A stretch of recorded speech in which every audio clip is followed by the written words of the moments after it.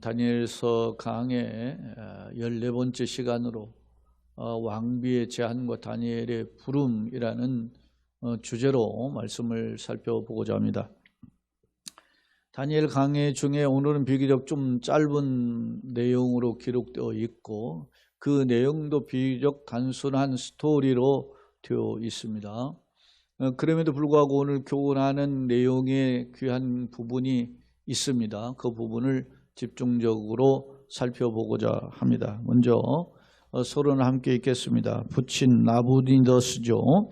부친을 대신하여 섭정을 행하던 벨사살이 과거 느부갓네살의 예루살렘 성전에서 탈취한 그릇으로 술을 마시던 중에 잔치했죠. 1000여 명 모아놓고 주의 벽에 쓴 글씨로 공포에 사로잡힘을 살펴본 바 있습니다. 그래서 다리가 후들거리고 말이죠. 허리가 녹는 듯 해서 그렇게 크게 두려워하다가 이제 불러 모아서 이제 말합니다. 뭐라고 하죠? 이 글자를 읽고 해석하는 자에게 이 바벨론에서 세 번째 통치자를 삼겠다. 물론 그에게 자주색 옷도 입히고 금사슬 목걸이도 해주고 그런 약속도 하지만 세 번째 통치자를 삼겠다 약속을 했어요. 세 번째 통치자는 왜 세 번째냐? 왕 다음이면 두 번째 해야지 이렇게 생각할 수 있는데 당시 이 벨사살은 사실은 본래 왕이 아니죠. 아버지가 왕이고 아버지가 아라비아의 테마라는 곳으로 전쟁 원정을 떠난 상황에서 자기가 대신 이제 그 섭정왕이 됐습니다. 그러니까 엄밀히 말하면 벨사살은 2인자고 아버지 나부디너스가 1인자죠. 그러니까 그 다음이면 셋째 통치자가 맞죠. 그렇게 이 말은 무슨 말입니까? 어마어마한 자리를 제한한 겁니다. 그죠? 그만큼 이는 역설적으로 보면 그만큼 당시에 잔치 중에 벽에 나와 손가락으로 글씨를 썼던 그 글씨에 대해서 매우 충격을 받았음을 알 수 있습니다. 그냥 단지 너무 희귀한 어떤 기이한 현상이다 이렇게 생각한 정도가 아니에요. 그걸로 그 글씨로 인해서 크게 번민하고 두려워했음을 알고 또 이 모습은 이 두려워함은 단지 왕의 뿐만 아니라 바벨론의 귀족들도 두려워 놀랐다 이렇게 구절에 기록되어 있으면 알 수 있어요. 자, 문제는 이런 공포에 빠진 벨사살이 글자를 해석하는 자에게 셋째 통치자로 삼을 것임을 약속하며 바벨론의 지혜자들을 불렀지만은 해결받지 못했다는 겁니다. 그 내려라는 이제 바벨론의 이제 술객들, 술사들, 지혜자들 다 이런 사람들, 점성가 이런 사람들 다 왔는데 해결하지 못했다는 글씨를 읽거나 해석을 하지 못했어요. 그러자 이런 고민이 이제 깊은 상황에 왕비가 등장해서 왕비의 제안으로 다니엘을 불러 이 내용을 읽고 해석하는 내용을 살펴볼 수 있는데 그것이 이제 오늘 5장 마지막까지 이어지는데 그 중에 이제 일부분인 오늘 10절로 16절의 내용을 한번 살펴보고자 합니다. 여기 이제 왕비에 대한 해석이 좀 있어요. 목자는 이 왕비를 옛날 개혁성경엔 태후로 이렇게 번역을 했는데 이 태후의 번역에 근거해서 학자들은 아마 그 태후라고 보면 이 느부갓네살의 황으로 이렇게 해석을 하기도 해요. 그러나 오늘 본문에 그냥 왕비로 해석을 했기 때문에 본문에 이제 벨사살의 왕비로 이렇게 해석하는 경우의 해석을 그냥 그대로 인용해서 해보도록 하겠습니다. 자, 성경으로 와서 10절 말씀 한번 보겠습니다. 왕비가 앞서는 이제 태후로 번역이 됐다 그랬죠. 그래서 태후로 번역하면 느부갓네살의 왕후니까 아마 이 벨사살로는 할머니에 해당하는 그런 경우일 수 있어요. 그런데 이제 정확하지 않아요. 여기 보면 왕비의 언어적 표현을 보면 왕에 대한 예우를 갖춘 거니까 할머니든 누구든 왕에 대한 예우로 표현을 하는 거 보면 어투로 보면 이제 왕비처럼 보이는데 보세요. 왕비가 왕과 그 귀족들의 말로 말미암아 잔치하는 궁에 들어왔더니 이에 말하여 이르되 왕의 만세무강하옵소서. 왕의 생각을 번민하게 하지 말며 얼굴빛을 변할 것도 아닙니다. 아유, 이런 걸 걱정할 일이 아닙니다. 하나 방법이 있습니다. 이런 지금 아이디어가 있음을 제시하고 있어요. 왕의 나라에 거룩한 신들의 영이 있는 사람이 있으니, 이 바벨론 땅에는 거룩한 신들의 영이 있는 사람이다. 이 거룩한 신들의 영이라는 표현을 지금 이 5장에는 여러 번 반복하고 있음을 지난번에도 거론했었어요. 왜 거룩한 신들의 영이라고 표현하고 있을까?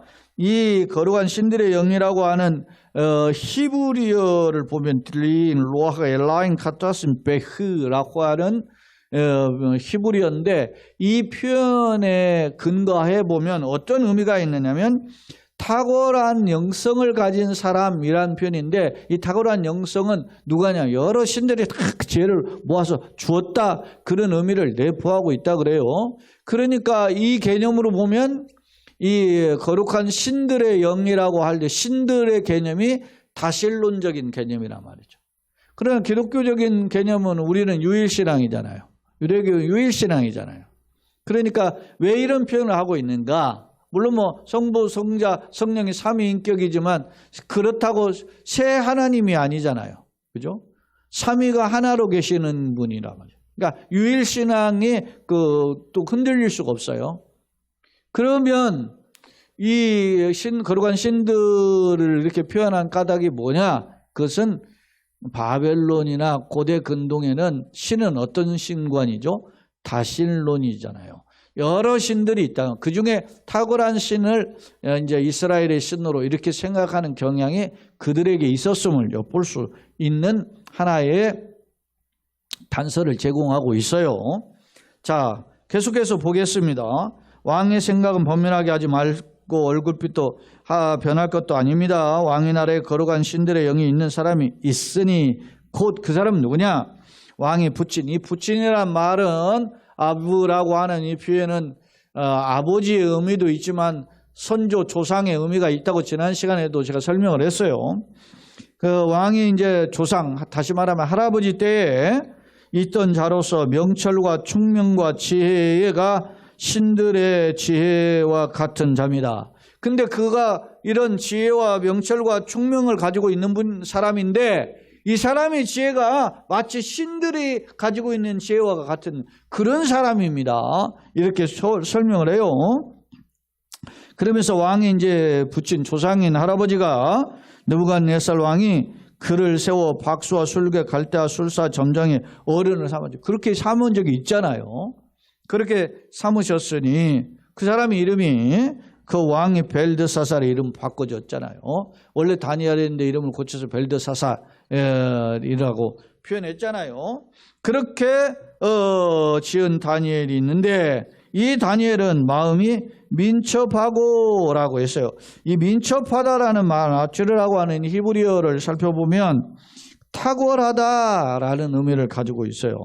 그러니까 총명이 다른 사람에 비교할 수 있는 그런 대상이 아니고 그 뛰어난 탁월한 사람입니다. 현재 뛰어나다는 그런 의미를 가지고 있어요.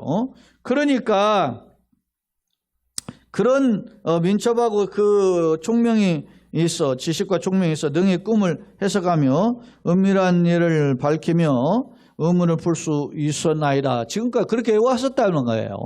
그러니까 이제 다니엘을 부르소서. 그래야시면 그가 그 해석을 알려드리라 하니라. 이렇게 지금 제안을 합니다. 자, 그렇다면 왜 이렇게 탁월한 다니엘을 벨사살이 몰랐을까? 그거는 우리가 부왕이니까 바로 아버지처럼 이렇게 보이지만 사실은 역사 속에서 살펴보면, 우리가 이 말씀을 살피려면은 30절, 31절을 살펴보고 알아야 돼요. 학자마다 이게 이 벨사살을 느부갓네살의 아들로 해석하는 학자도 있긴 있어요. 그런데 그렇지 않다라고 하는, 나부니더스의 아들 역사상 이렇게 보면 나부니더스의 아들인 벨살루슬로 보는 이유가 뭐냐? 여기 30절, 31절에 근거를 하는 거예요. 자, 30절, 31절 다음에 살펴보겠지만은 보면 그날 밤에 갈대아 왕 벨사살이 죽임을 당하였고 그랬잖아요. 예? 벨사살이 죽임을 당하였다. 그날 밤에. 지금 이 다니엘이 이제 와서 그 왕에게 그 글자를 해석하는 날이에요. 그날 당일에 죽었다는 말이죠. 그리고 메대 사람 다리오가 나라를 얻었다. 메대. 예?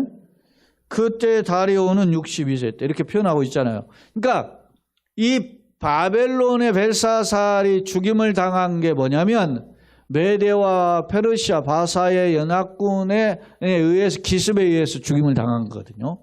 그리고 나라가 메대 왕에게 넘어갔는데 메대는 사실은 바사와의 연합군이지만 바사는 왕이 누구예요? 고레스잖아요. 그러니까 이 다리오는 고레스의 장인 겸 요삼촌이에요. 그러니까 그 바로 이어서 이제 예후상 다리오가 이제 연장자니까 그 왕을 세웠지만 그 다음에 이제 나라를 전 세계를 뭡니까? 메대와 페르시아의 제국을 통합해서 페르시아 제국을 선포해요. 바사를. 누가? 고레스가. 그런 역사적인 배경 안에 있단 말입니다. 그렇다고 보면 이 벨사살이 죽었던 그 당일에 지금 요 오늘 말씀을 전하는 거 아니겠어요? 그 내용은 이제 우리가 다음 시간에 살펴볼 텐데 그러면 보세요. 이 539년에 이 바벨론이 망하거든요. 기원전. 그러면 보세요. 다니엘이 15사의 전후에 바벨론으로 끌려갔어요. 그때 끌려갔을 때가 605년이에요. 605년에서 539년까지는 정확히 70년은 아니죠. 약 70년이잖아요.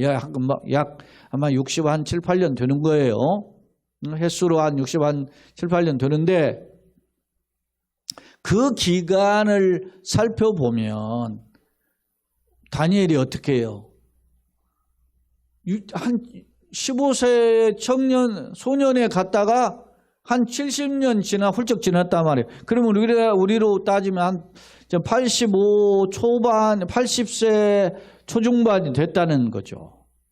70년 지났으니까. 그렇다고 보면 이 벨사살이 느부갓네살보다 지난 시간 제가 그래서 이 당시 이 바벨론의 왕들의 연대를 쭉 제가 적어 놓은 거예요. 그러니까 시간이 많이 텀이 있었으면 알 수 있어요. 그러니까 당시 이 다니엘을 잘 모를 수도 있는 거죠. 응? 그러면 그래서 이제 그 델리치 구약의 주석가인 델리치는 뭐라고 하느냐? 당시 이 다니엘은 노정에 아마 어디 지방 한직에 있었거나 아니면 관직에서 물러나 가지고 그냥 이제 초야에 제야에 있었던 그런 신분이었을 것이다. 그렇게 해석을 해요. 그러니까 아마 벨사살이 다니엘을 몰랐을 것이다. 그리고 그의 이제 왕비로 되어 있는 해석이 두 가지라 왕비로 해석할 수도 있고 하나는 그 할머니 태우로 해석할 수도 있다 그러잖아요. 그렇게 본다면 그런 해석의 접근법이 맞다는 거죠. 자, 돌아와서 봅시다. 이에 다니엘이 부름을 받아 왕 앞에 서요. 왕 앞에 나오게 되니까 왕이 다니엘에게 말하죠. 네가 나의 부왕 이제 할아버지 유다에서 할아버지가 유다에서 사로잡아온 유다 자손 중에 그 다니엘이냐? 그 네가 그토록 유명한 그 다니엘이냐? 이제 이야기하는 겁니다. 이 말은 무슨 말입니까? 벨사살이 다니엘을 몰랐다는 거죠. 그죠? 만약에 느부갓네살의 아들이었다면 왜 몰랐겠어요? 아버지가 전쟁에서 데려오고 통치하는 경우에 있었는데 다니엘이 느부갓네살의 꿈을 말이죠. 벌써 두 번씩이나 해석하고 그런 일들을 겪었잖아요. 그리고 어디에 갇힙니까? 사자굴에 던짐받기도 하고 말이죠. 이런 과정을 했는데 이 모를 리가 있겠어요? 벨사살이? 근데 모르는 상황임을 엿볼 수 있잖아요. 물어요. 그러면서 내가 네게 대하여 들은즉 보세요. 내가 너에 대해 들은즉 그 보면 자기도 알고 있어야 될 거 아닙니까? 근데 이건 몰랐는데 내용을 드는 거예요. 네 안에는 신들의 영이 있으므로 네가 명철과 총명과 비상한 지혜가 있다 하도다. 지금 여러 지혜자와 술객을 내 앞에 불러다가 그들에게 이 글을 읽고 그 해석을 내게 알게 하라 하였으나 그들이 다 그 해석을 내게 보이지 못하였느니라. 이 지금 차초지종을 설명하는 겁니다. 네가 정말 다니엘 그 유명했던 그 사람이구나 이렇게 하면서 그런데 내가 사실 이런 일을 당했는데 다 해석을 못했다. 그렇게 하면서 이제 물어봐요. 이제 물으면서 다니엘의 걸 확인하고 그러면서 제안합니다. 16절 뭐라고 제안하죠? 앞서 제안했던 내용과 똑같아요. 자, 내가 네게 대하여 들은즉 너는 해석을 잘하고 의문을 푼다 하도다. 그런즉 이제 네가 이 글을 읽고 그 해석을 내게 알려주면 네게 자주색 옷을 입히고 금사슬을 내 목에 걸어주며 너를 나라의 셋째 통치자로 삼으리라. 이렇게 약속을 합니다. 지금 앞서도 이야기했지만 그걸 다 해석하는 사람이 없어서 줄 사람이 없었죠. 그런데 이제는 이제 왕비의 제안으로 다니엘을 부르고 그 다니엘에게 똑같은 제안을 하게 되는 겁니다. 앞서 했던 제약을 번복하지 않아요. 이 말은 무슨 말입니까? 사실 해석을 하면 왕복을 입혀준 자수색 옷이란 왕복이거든요. 그 옷을 입혀준다든지 금사슬은 존귀한 그 금목걸이를 해서 줄 수 있죠. 세계를 제패하는 그런 열방의 제왕 정도 되는 그런, 물론 자기는 섭전 왕이지만 그럴 정도 힘이 있죠. 그건 줄 수 있어요. 그러나 나라의 셋째 통치자로 삼겠다라고 하는 것은 파격적인 제안이라. 생각해보세요. 그 벽에 쓴 글씨하고 그걸 해석하는 거 가지고 셋째 통치자 삼는다는 건 파격적인 거 아닙니까? 어떻게 이럴 수가 있습니까? 이 말은 무슨 말입니까? 반어적이고 역설적인 게 담겨져 있어요. 뭐가 담겨져 있어요? 그만큼 이 글자에 대한 큰 충격과 번민, 두려움, 공포. 그래서 이걸 정말로 알고 싶은, 이 뜻이 무엇인지를 알고 싶은 그런 간절한 마음이 담겨져서 이러한 그런 어떤 후한 상급은 물론이거니와 셋째 통치자의 자리까지 약속했음을 엿볼 수 있습니다. 그만큼 어떻게 해요? 당시 왕을 비롯해서 제 귀족들이 이 글씨에 대한 큰 충격을 받았음을 알 수 있어요. 그 내용은 우리가 이미 지난 시간에 살펴보았는데 왕의 얼굴빛이 변했다. 그리고 그 다리가 넓적다리 마디가 녹는 듯 했고 그 무릎이 서로 다다다다다 부딪혔다는 거예요. 넓적다리 마디는 허리였다고 제가 지난 시간에도 번역을 원문을 제가 인용해서 설명한 바 있어요. 그만큼 우리도 말이죠. 어떤 면에서 긴장하면 그렇게 힘든 것을 알 수 있어요. 제가 제 기억으로 그렇게 허리가 끊어질 때 아픈 적이 한번 있었던 언제 그랬냐면 제가 처음 고창의 고음중학교 처음 초임 발령해가지고 아침 조회 월요일날 조회에 서서 이제 선생님들 다 신임 소개하는데 제가 거기 서 있다가 소개를 받고 인사하는데 조회 시간이 그렇게 하고서는 하루 그렇게 소개받고 또 인사하고 이제 또 가자마자 그날 또 강의도 이제 수업도 몇 시간 또 하고 그렇게 하고 저녁에 돌아오니까 허리가 끊어질 때 아프더라고요. 진짜 젊은 청년이었는데 그때 그런 경험을 한 적이 있어요. 그만큼 긴장했다는 거지. 초짜로 가가지고 그만큼 그런 건데 어찌됐든 뭐든지 초심의 마인드가 중요하죠.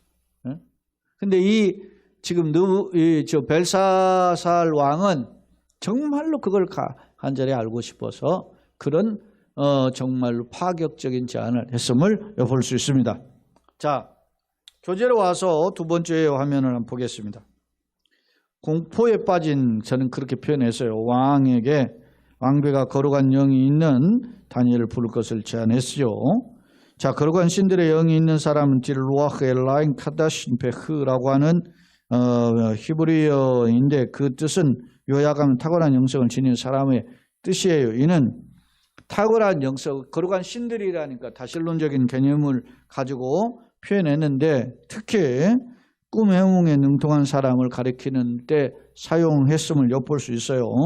민첩하다라는 것은 아치리인데 탁월하다라는 뜻으로 총명 정도가 어느 바벨론의 술사도 따라올 수 없는 탁월함을 가졌다라는 의미를 가지고 있어요.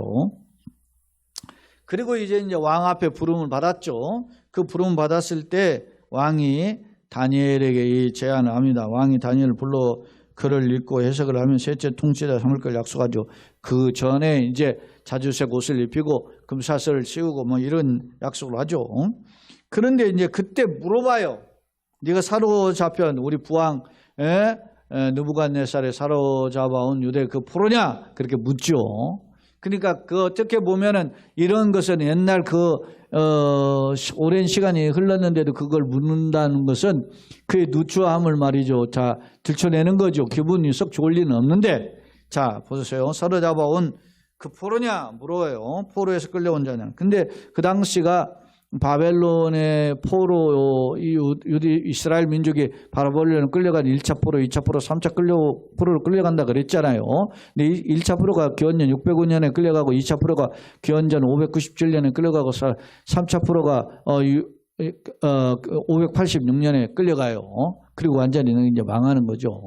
그리고 나서 기원전 538년에 되돌아와요. 근데 오늘 이 본문은 언제 일어난 거예요?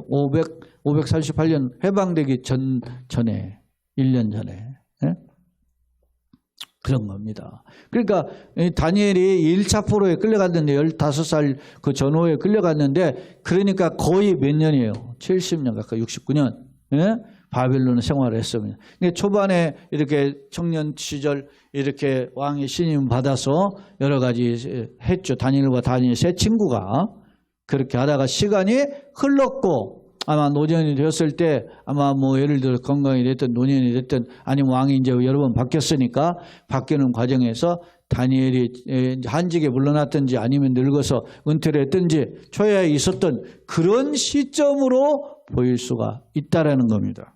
그래서 그런 내용을 제가 적어놨어요. BC 기원전이죠. 605년 소년이던 다니엘이 바벨론 1차 포로가 되어 끌려온 바 있음. 그런데 본문의 상황은 바벨론이 멸망할 때였기 때문에 5장 30절 31절에 근거할 때 그렇다는 거예요.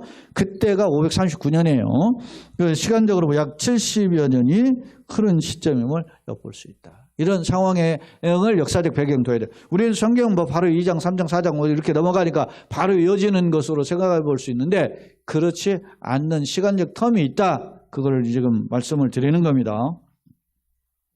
자, 세 번째 하면 오늘은 크게 이 세 가지의 교훈을 살펴보고자 하는 것입니다. 첫째, 손가락 글씨를 통한 하나의 계시 그런 뜻입니다. 자, 외형적으로 볼 때 왕이 국가를 통치하죠. 특히 아버지가 이제 라브니우스가 아라비아 테마로 이제 원정을 떠나고 자기가 섭정왕이 됐지만 왕노를 하는 거죠. 권력이 얼마나 셉니까? 귀족 1000명을 불러가지고서는 말이죠. 막 잔치를 벌이는, 여러분 생각해 보세요. 아무리 오늘날도 같이 1000명 잔치 부리는 대단한 거죠. 지난번에 뭐 인도 뭄바이에서 뭐 인도의 최고의 부자가 뭐 이제 막내 아들 뭐 결혼식 하는 거에 잔치에 조 단위를 뭐 잔치 비용 쓴다고 하는 그런 허세를 부리는 이야기를 제가 거론한 바 있는데 일종의 왕이 권력자로서 1000여 명의 귀족들 모아놓고 잔치를 베푸는 일종 허세죠. 그런 권력자였지만 글씨가 나타남을 통해서 벽에서 손가락이 나타나가지고 글씨를 씀으로 인해서 이 사람이 다리가 후들거리고 허리가 녹는 그러한 공포에 빠진 건 뭐예요? 결국 너는 그냥 일종의 청직에 불과 잠시 너에게 권력을 맡긴 것뿐이야. 예? 건방 떨다가 한 방에 훅 간다는 걸 보여주는 경고 아닙니까? 그 글씨 내용은 다음 시간에 살펴볼 텐데 메네메네 대결 우바라시니 왕의 나라를 저울에 달아서 쟀더니 함량 미달해가지고 결국 나라가 빼앗긴 바 된다. 그런 말 아닙니까? 응? 그런 겁니다. 이게 인간인 겁니다. 한 치 앞을 내다보지 못하고 권력자인 것처럼. 응? 자, 손가락 글씨를 통한 하나님 계시. 외형적으로 볼 때 왕이 국가의 통치자인 듯 보이지만은 하나님의 역사의 주인이시고 나라와 백성을 통치하는 진정한 왕이시다라는 것을 보여주는 거예요. 그러니까 오늘날도 마찬가지 아닙니까? 불과 대통령 5년밖에 못 하는데도 그거 가지고 건방 떨잖아요. 어떤 사람은 5년도 못하고 채우지도 못하고 4년밖에 못하고 물러나는 사람도 있잖아. 어? 쫓겨난 자. 왜? 어리석으니까. 어? 그때 그런 말이 있었어요. 동네에 구멍가게 슈퍼마켓 아줌마가 대통령에도 다 할 수 있다고. 그렇게 빈정거림이 있었습니다. 오늘날 보세요. 대통령이 일국의 국가의 대통령이 우리나라 대학의 최고의 대학에서 최고의 또 학과를 나온 거 아니에요. 그런데도 보면은 말이지 정말 딱 코지고 답답할 노릇으로 그 정치를 하잖아요. 2년. 그러니까 너무 기간이 길잖아요. 남은 3년이 남았는데도 그렇게 국민들의 원성을 있는데 깨닫지 못하는 거 어리석은. 여러분 그 시편 49편은 그러면 존귀에 처하나 깨닫지 못하는 사람 멸망하는 짐승 것 같다고 그러죠. 우리가 깨달아야 되는데 오늘 본문은 이 벨사살은 그런 부분에 무지한 자임을 보여줘요. 두 번째 교훈입니다. 다니엘을 찾음과 삶을 통한 교훈. 다니엘을 부르죠. 이제 왕비의 제안을 통해 가지고 부르는데 다니엘 찾고 그럼 다니엘은 거기서 어떻게 살았는가 앞서 제가 설명을 했죠. 보세요. 크게 둘로 한번 정리해 봤어요. 다니엘은 즉시 찾지 않고 왕비의 제안으로 그를 부르면 당시 다니엘이 공직을 상실함으로 잊혀진 존재였을 것으로 추정한다. 왜? 그걸 알았다면은 그렇지 맞아 그 다니엘 있었지 이렇게 생각하지 않잖아요. 네가 말한 그 정말 그 다니엘이냐 이렇게 물어보잖아요. 그러니까 처음 본다는 거예요. 그만큼 어떻게 해요? 다니엘은 역사의 어떤 면에서 뒤안길에 이렇게 이제 초야에 묻혀 있는 그런 존재였어요. 노년에. 그런데 다시 왕 앞에 선 후에 그 계시를 해석하면 하나님은 그를 어떻게 해요? 잊지 않았다. 사랑하는 여러분. 코로나가 와서 이런 일이 닥칠 줄 누가 알았어요?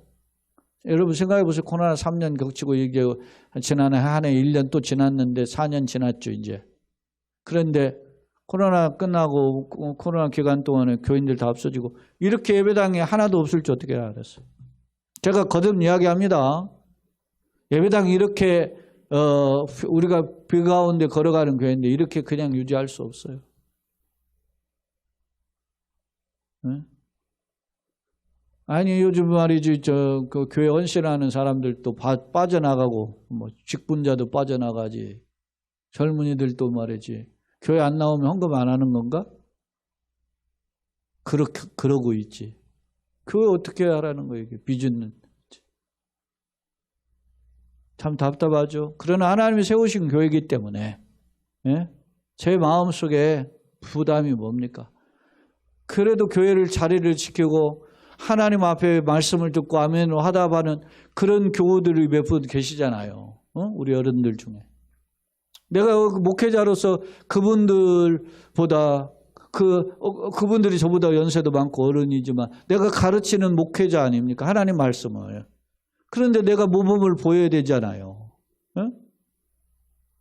그렇기 때문에 제가 이 자리를 지키는 거예요. 사실은. 어디도 갈 수 있고 뭐 할 수도 있겠지만 그것이 가장 큰 짐이어서. 사랑하는 여러분 보세요.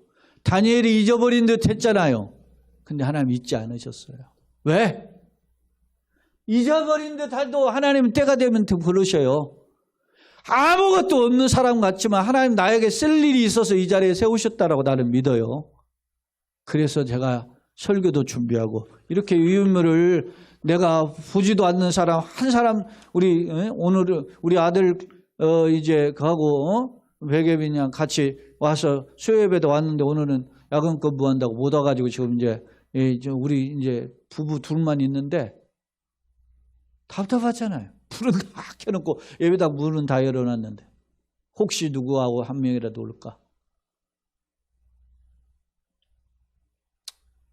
그래도 이게 내 사명이니까 하는 거예요. 누가 하나도 오지 않는데 뭐하러 내가 이렇게 준비하겠어. 그냥 눈깜짝깜 대충 하고 아니면 휴회하고 말지.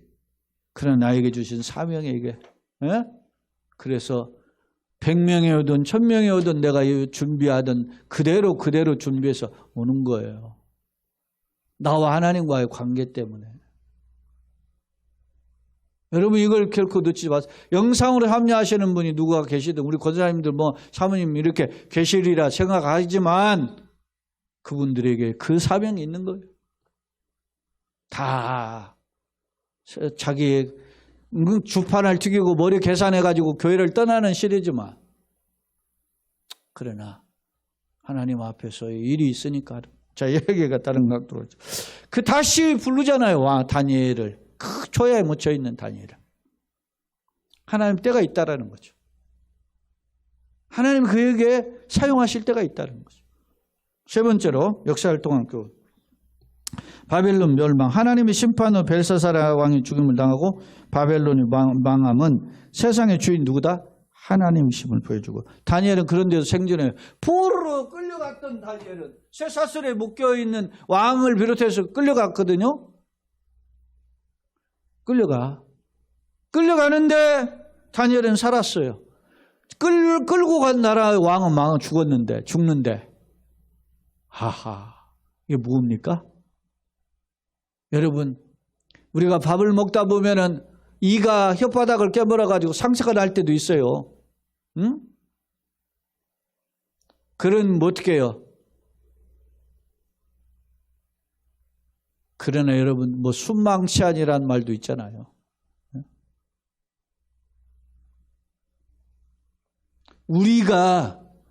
우리의 입술은 남아 있어요. 치아는 빠져도 아무리 강해도 하나님 보살피면 사는 겁니다.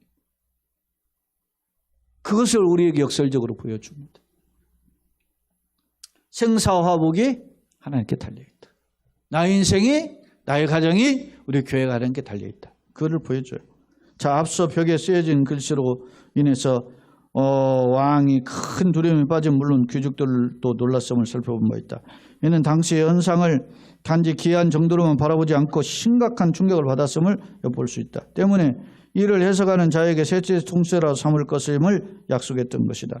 본문은 왕비의 제안으로 다니엘을 부르고 있는데 그렇다면 다니엘은 어떤 존재였을까?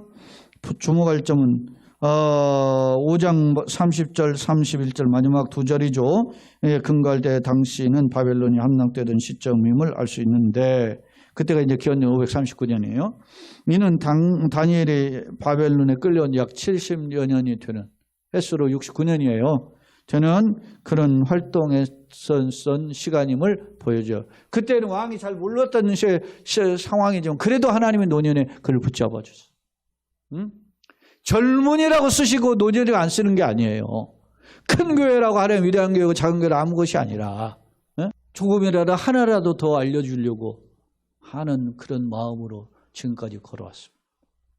우리에게 주어지는 시간들이 어떤지도 모르지만 최선을 다하고 그걸 열매로 거두는 그런 은혜가 있기를 소원합니다. 말씀을 정리해 봅시다.